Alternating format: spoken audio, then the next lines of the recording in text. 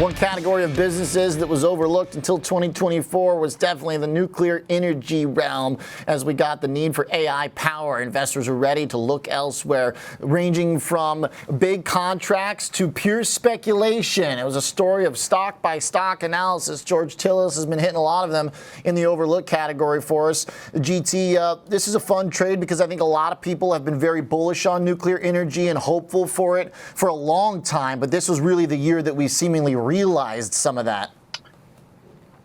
Yeah, I think so. I mean, if you look at what's been going on, obviously the theme of the past year has been artificial intelligence, and the overlooked aspects to AI is how much energy consumption, electricity consumption these new technologies require. And over the past year, we've seen sort of a renaissance in the elements behind, low emissions-based energies, particularly nuclear fuel, which has really taken off from the standpoint of secular demands for electricity overall, at least in the near future, as this hyperscale data center build-out is expected to just continue in the next few years. And as an industry group, we've seen a lot of different areas of the utilities or electricity markets take off. For instance, Vistra, which is basically symbol VST. This has been a very popular one over the past year. This is actually an independent power producer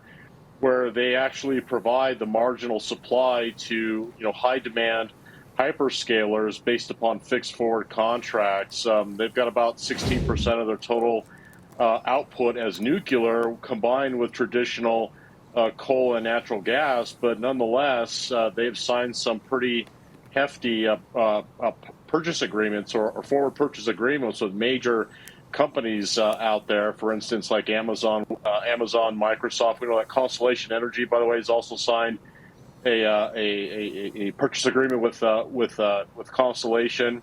But nonetheless, these agreements are basically prices that these major hyperscalers are willing to pay. So it's obviously when you have electricity demand increasing, but you can't increase the supply all that quickly, prices skyrocket. And that's what we've actually seen underlying the moves in many of these names. That's where I feel that Constellation is one of the more reasonable names of the group, just because it already is making deals. And it seems like the data center owners and those interested in nuclear power are fairly price insensitive right now. We don't know all the details about the numbers behind the deal, but it seems like a hugely favorable one for Constellation Energy to be able to book future sales on a plant that wasn't even open. So a massive success for that company, which only trades at 27 times forward, which is not that absurd for a lot of big winners on the year. But that's Constellation. I think Vestra kind of is in that category as well. But when it comes to some of the others, like Oklo, or some of the more speculative kind of SMR or reactor names, or tangential services names, that's where it starts to get a little bit maybe murky and a little bit risky. Yeah, that's actually a great point to bring up. If you consider what's happening in the electricity markets, we've seen the traditional utility companies move higher. And we've seen, of course, the traditional utilities that have a nuclear supply component actually move quite a bit to the upside. As a result of these forward, purchase agreements that major hyperscalers are agreeing upon.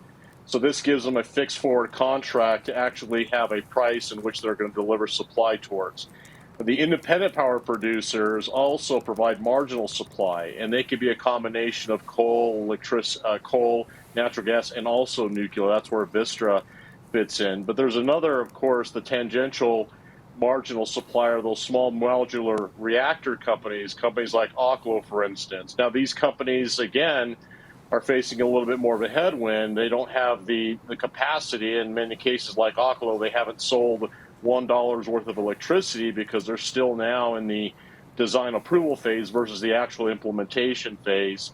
But nonetheless, this will provide co-location marginal supply to areas where data centers are, irrespective of transmission lines. And that's where this technology is in high demand. But this is a technology that obviously has a lot of regulatory hurdles to overcome in the next few years. And so we're seeing this whole group be relatively volatile, but also moving to the upside alongside traditional utility suppliers like Constellation. But there's a lot of volatility in some of these names, particularly those that don't have any revenues are facing regulatory challenges, especially when it comes down to, these modular reactors, which can be moved from location to location. Okay. Yeah, those, by the way, it's amazing technology. I'm like so on board for its potential and what they can do. But just when we're investors, we have to and traders, we have to separate what causes price to go up. And in this case, it is valuation. Whereas for the Constellation, for Vistra, there's a more discrete revenue stream you can follow. So I think that's been an important distinction. But I think this is going to definitely continue next year. Who knows policy-wise what also could fall into place. Appreciate it, George. Thank you very much.